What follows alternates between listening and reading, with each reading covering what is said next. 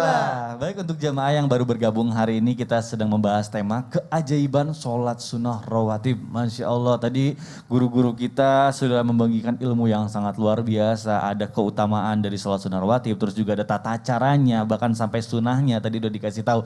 Alhamdulillah. Nah, kita akan lanjut lagi membahas tema ini lebih dalam. Jamaah boleh disiapkan catatannya nih karena banyak ilmu-ilmu penting yang akan dibagikan oleh guru-guru kita.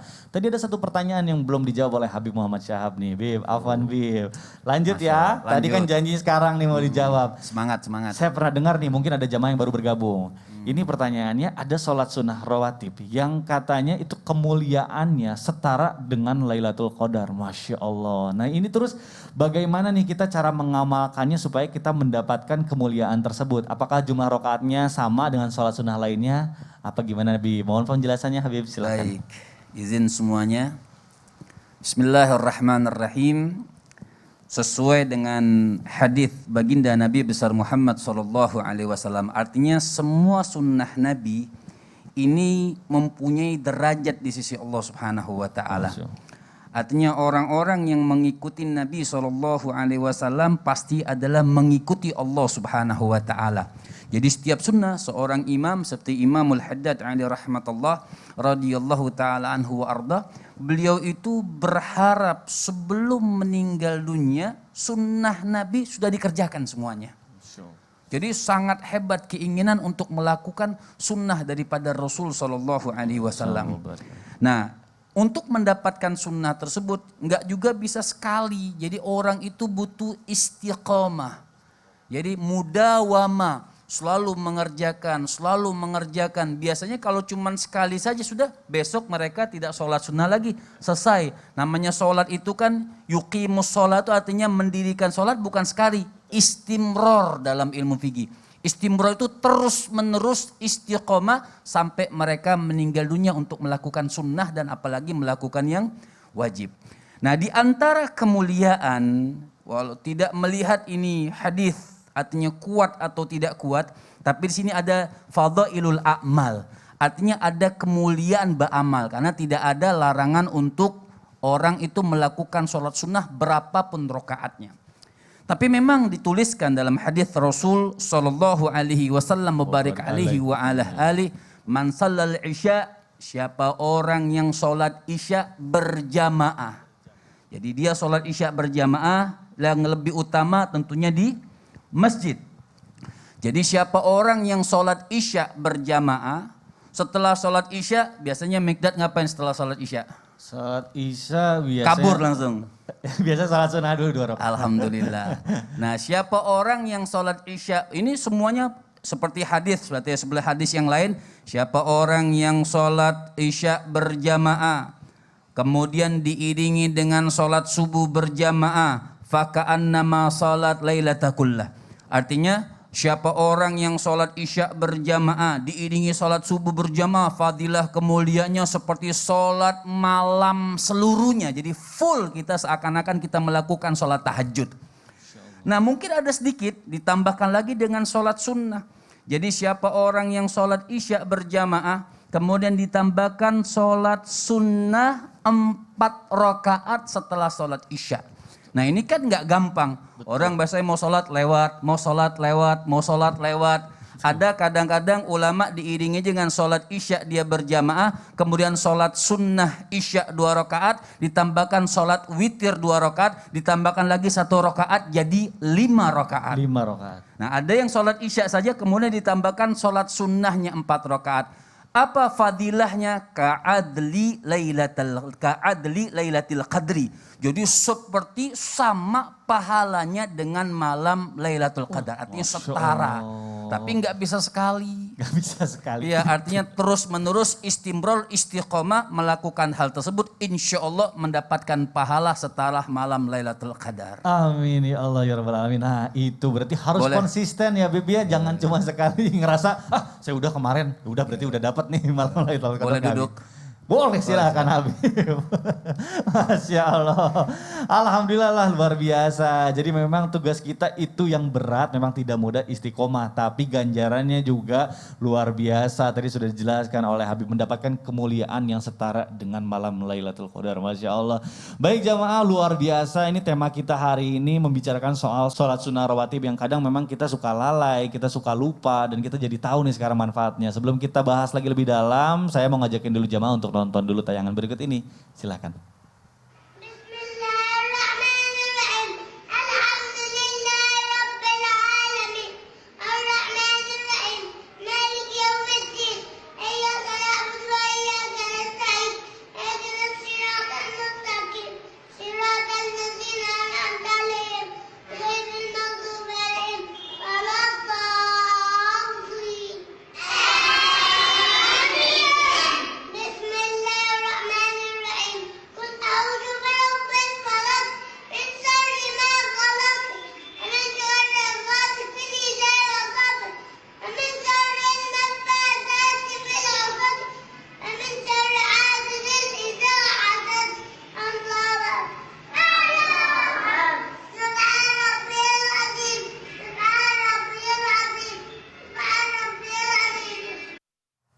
Masya Allah, aduh gemes banget. Itu bacaannya bagus banget ya Iya, Ustaz Masya Syam ya. Allah. Anak Arab kata Anak Arab soalnya, tapi aduh itu cita-cita semua orang tua pasti pengen banget tuh punya anak yang bisa jadi imam bahkan di antara anak-anak lainnya. Masya Allah, nah mudah-mudahan nih anak saya juga, anak semua jamaah yang ada di rumah nih mudah-mudahan udah bisa paham mengenai keutamaan dari sholat. Nah kita lanjut lagi bahas tema kita hari ini. Nah saya mau ke Ustadz Syam dulu nih. Siap. Ustadz, punten nih saya masih bingung. Kenapa sesudah sholat asar itu tidak dianjurkan untuk sholat sunnah rawatib. Nah ini tapi ada yang berpendapat juga katanya boleh-boleh aja. Nah ini boleh tahu nggak sih alasannya kenapa kita tidak sholat sunnah rawatib waktu asar nih, mohon penjelasannya Ustadz. Pak guruku Habib Muhammad, Habib Utsman, Mas Dikda, serta para habaib yang dimuliakan Allah, para alim ulama yang dimuliakan Allah Subhanahu wa taala, serta teman-teman sekalian yang mungkin sedang berusaha istiqomah menjaga sholat sunnah rawatibnya. Jadi ada yang dimasukkan sholat sunnah rawatib, ada yang tidak dimasukkan ke sholat sunnah rawatib. Seperti misalnya sebelum asar. Sholat sebelum asar itu makanya dibilang, ada yang bilang boleh-boleh aja. Bukan setelah, tapi yang sebelum. Yang sebelumnya ada satu hadis rawahu Ahmad rahimallahu mura'an shalla qabla al-asri arba'ah. Jadi mereka sholat sunnah sebelum asar 4 rakaat. Namun Nabi tidak selalu. Nabi itu tidak sesering dengan sholat sunnah yang lainnya. Jadi makanya tidak dimasukkan oleh para ulama dalam kategori salat sunnah rawatib. Tapi artinya adalah Allah merahmati, Allah menyayangi, Allah mencintai orang-orang yang salat sunnah qobliyah asar 4 rakaat, 2 rakaat, 2 rakaat. Hadis ini derajatnya hasan dari yang kami baca dan juga hadis ini hadis riwayat Ahmad. Walaupun tidak dimasukkan dalam kategori salat sunnah rawatib. Kalau setelah asar, ba'diyah asar memang Nabi melarangnya. Jadi memang tidak boleh kalau sudah setelah asar. Maka Sayyidina Umar bin Khattab radhiyallahu anhu pernah menemukan seorang laki-laki yang sholat sunnah setelah asar. Jadi dia sholat sunnah lalu ditegur oleh Khalifah Umar bin Khattab radhiyallahu anhu.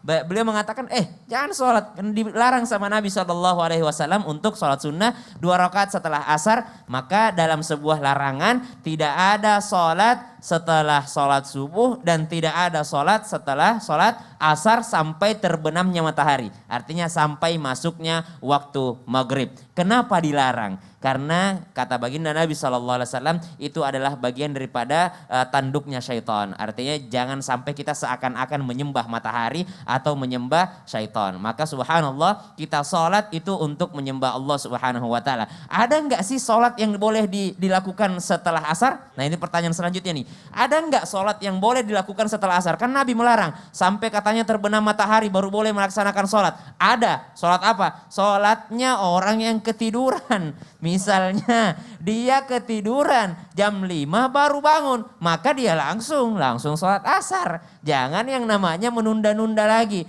Ada lagi nggak orang yang boleh setelah sholat asar sholat? Boleh. Siapa itu? Sholat yang sebabnya duluan. Apa itu? Sholat jenazah. Kenapa dia sholat jenazah? Karena ada mayat. Tidak mungkin orang sholat jenazah baru nungguin. Jadi ada jenazahnya dulu, baru kita sholat sunnah. Maka itu diperbolehkan walaupun waktunya adalah waktu terlarang. Tapi kembali lagi, kalau sholat rawatib, sholat sunnah rawatib tidak ada di waktu asar. Adapun sholat qobliyah sebelum asar tidak dimasukkan kategori rawatib karena Nabi SAW tidak setiap asar melakukannya. Ya tapi Nabi pernah melakukannya. Buktinya ada satu hadis tentang Allah menyayangi orang yang melaksanakan 4 rakaat sebelum sholat wajib, sholat fardu, sholat asar. Namun ditekankan setelah sholat asar tidak ada sama sekali mau 1 rakaat, mau 2 rakaat, mau 4 rakaat, tidak ada sama sekali yang namanya sholat sunnah setelahnya karena diharamkan. Begitu pula dengan ba'da subuh. Ba'da subuh dan ba'da asar itu dilarang oleh baginda Nabi SAW. Bahkan Sayyidina Umar bin Khattab pernah menegur seorang lelaki karena tidak mengetahui tentang hukum ini. Hikmahnya apa? Hikmahnya adalah kita harus mengerti ada yang dibolehkan, ada yang dilarang, ada yang sangat dianjurkan. Nah itu adalah yang namanya sholat sunnah. Masya Allah, Alhamdulillah. Nah mungkin untuk jamaah supaya nggak pusing, ini kan kadang jadi banyak, jadi yang dilarang aja, jadi ba'da subuh sama ba'da asar, Iya, mungkin itu betul. dicatat ya. Iya. Alhamdulillah, nah, kita dapat ilmu baru nih, jadi jamaah boleh ditulis di catatannya, jadi mungkin yang tidak diperbolehkan atau tidak dianjurkan itu ba'da subuh sama ba'da asar. Sisanya boleh, tapi yang buat qobliyah asar ini Nabi melakukannya juga sesekali gitu ya, tidak rutin gitu. Artinya Mas. pikirin aja yang disunnahkan, istiqomah, dosa mikirin yang dilarang. Betul. Masya Allah. Benar juga tuh. Boleh deh jadi catat juga tuh Habib tuh. Mungkin biar nggak bingung kali Habib. Karena kan mungkin mau istiqomah nih. Alhamdulillah. Nah ini pas banget nih jamaah, banyak sekali pertanyaan yang masuk ke sosial media Islam itu Indah. Karena mungkin masih sedikit bingung nih sama tema kita hari ini. Pengen nanya lebih banyak lagi. Langsung aja sekarang kita masuk ke segmen Tanya Dong Ustadz. Kami semua tanya dong Ustadz. Alhamdulillahirrahmanirrahim. Terima kasih jamaah atas antusiasnya untuk memberikan pertanyaan ke sosial media Islam itu Indah. Langsung aja kita bacakan pertanyaan pertama dari @ella_maulidiah.09. Assalamualaikum Ustadz. Waalaikumsalam warahmatullahi wabarakatuh. Apakah benar kalau kita mau sholat sunnah rawatib, posisinya harus pindah tempat atau geser dari posisi sebelum atau setelah sholat fardu? Lalu saya pernah lihat ada makmum wanita yang sholat jamaah hendak dimulai, sudah iqomah, terus dia duduk lalu berdiri baru ngikutin gerakan imam. Gimana pendapatnya Ustadz? Mohon pencerahannya. Terima kasih. Wassalamualaikum. Nah ini boleh dijawab. Yang pertama mending Habib Usman dulu Bib. Ini pertanyaan bagus sekali nih Bib. Bismillahirrahmanirrahim. Allahumma sholli ala sayyidina Muhammad wa ala sayyidina Muhammad. Disunahkan untuk berpindah dari tempat salatnya, yakni dia salat sunnah atau dia salat wajib, dia pindah untuk menjadikan banyak tempat sujud yang dijadikan padanya. Atau dia berharap kepada Allah Subhanahu wa taala bumi ini bersaksi akan tempat sujudnya. Jadi menurut mazhab Imam Syafi'i ketika selesai iqamah maka berdirilah, siap-siap bersegeralah untuk salat fardu. Yang dimana biasanya selesai iqamah langsung diri bangun. Nah kalau di dalam mazhab Imam Abu Hanifah itu pas mulai Allahu Akbar, qomat langsung buru-buru. Jadi bersegeralah untuk melakukan salat. Nah kalau misalkan dia tadi tuh dia duduk, dia bangun, mungkin dia ada permasalahan, mungkin pinggangnya sakit atau mungkin kakinya sakit, mungkin dia ada rukso, wallahu alam. Yang terpenting adalah dia salat benar sesuai dengan syariat. Betul, Masya Allah. Alhamdulillah mudah-mudahan terjawab ya. Kita lanjut ke pertanyaan kedua ya Bib ya. Kita ada pertanyaan dari @bundankaf. Assalamualaikum warahmatullahi wabarakatuh. Waalaikumsalam warahmatullahi wabarakatuh. Apakah boleh melakukan sholat sunnah wudhu atau rawatib ketika azan masih berkumandang? Atau baiknya menunggu azan selesai lalu melakukan sholat wudhu lalu rawatib? Nah ini banyak juga nih yang bertanya nih, boleh dijawab oleh guru kita Ustadz Sam, silakan Ustadz. Sampai guru-guruku.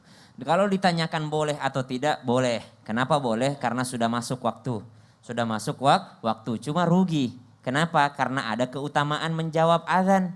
Ada keutamaan menjawab kalimat-kalimat azan. Ketika misalnya muadzin mengatakan hayya 'alas shalah, kita jawab la haula wala quwata illa billah. Itu keutamaan. kemudian ada juga doa setelah azan, maka itu semuanya adalah keutamaan-keutamaannya. Tapi kalau ditanyakan boleh apa enggak, boleh-boleh saja, namun dipastikan mana azan yang benar waktunya. Takutnya nih beda-beda menitnya nih, masjid sebelah kanan menit segini, Betul, masjid betul. sebelah sini menit segini ya. RT 1, RT 2 aja udah Jadi beda. kalau saya pribadi menyarankan tungguin setelah azan, apa keutamaannya? Satu, sudah pasti masuk waktu. Kenapa? Betul. Karena udah beres azannya. Kalau takutnya pas azan langsung sholat, khawatirnya tukang azannya ketiduran atau kaget itu belum masuk dia udah azan gitu. Jadi pastikan itu. Jadi memastikan masuk waktu itu setelah azan. Yang kedua, kenapa setelah azan baru sholat sunnah? Karena dapat keutamaan dalam menjawab azan gitu. Masya Jadi jangan Allah. diremehkan juga keutamaannya menjawab azan itu luar Betul, biasa. betul, manfaatnya juga banyak Betul. sekali ya, alhamdulillah. Nah sudah terjawab nih karena ini banyak sekali yang bertanya nih mengenai ini, alhamdulillah. Terima kasih Ustaz Syam. Nah saya ini mungkin masih ada satu pertanyaan, saya pengen nanya banget nih ke Habib Usman ini, Bib. Boleh. Katanya sholat sunnah maghrib itu boleh dilakukan, tapi ternyata tidak termasuk dalam sholat sunnah yang dianjurkan. Ini boleh tahu gak sih Bib, apa alasannya? Ini ada hadisnya dari baginda Nabi besar Muhammad Sallallahu SAW alaihi yang wasallam. dimana disuruh sholat sunnah. Ah, Disuruh Disuruh sama Rasulullah. awalnya. Sampai 2 kali, 3 kali. Yang ketiganya setelah yang satu ini. ya Allah, Habib bisa aja bikin keponya. Ya udah jamaah, jangan kemana-mana, tetap di Islam itu indah. Jamaah, Oh, jamaah. jamaah. Alhamdulillah.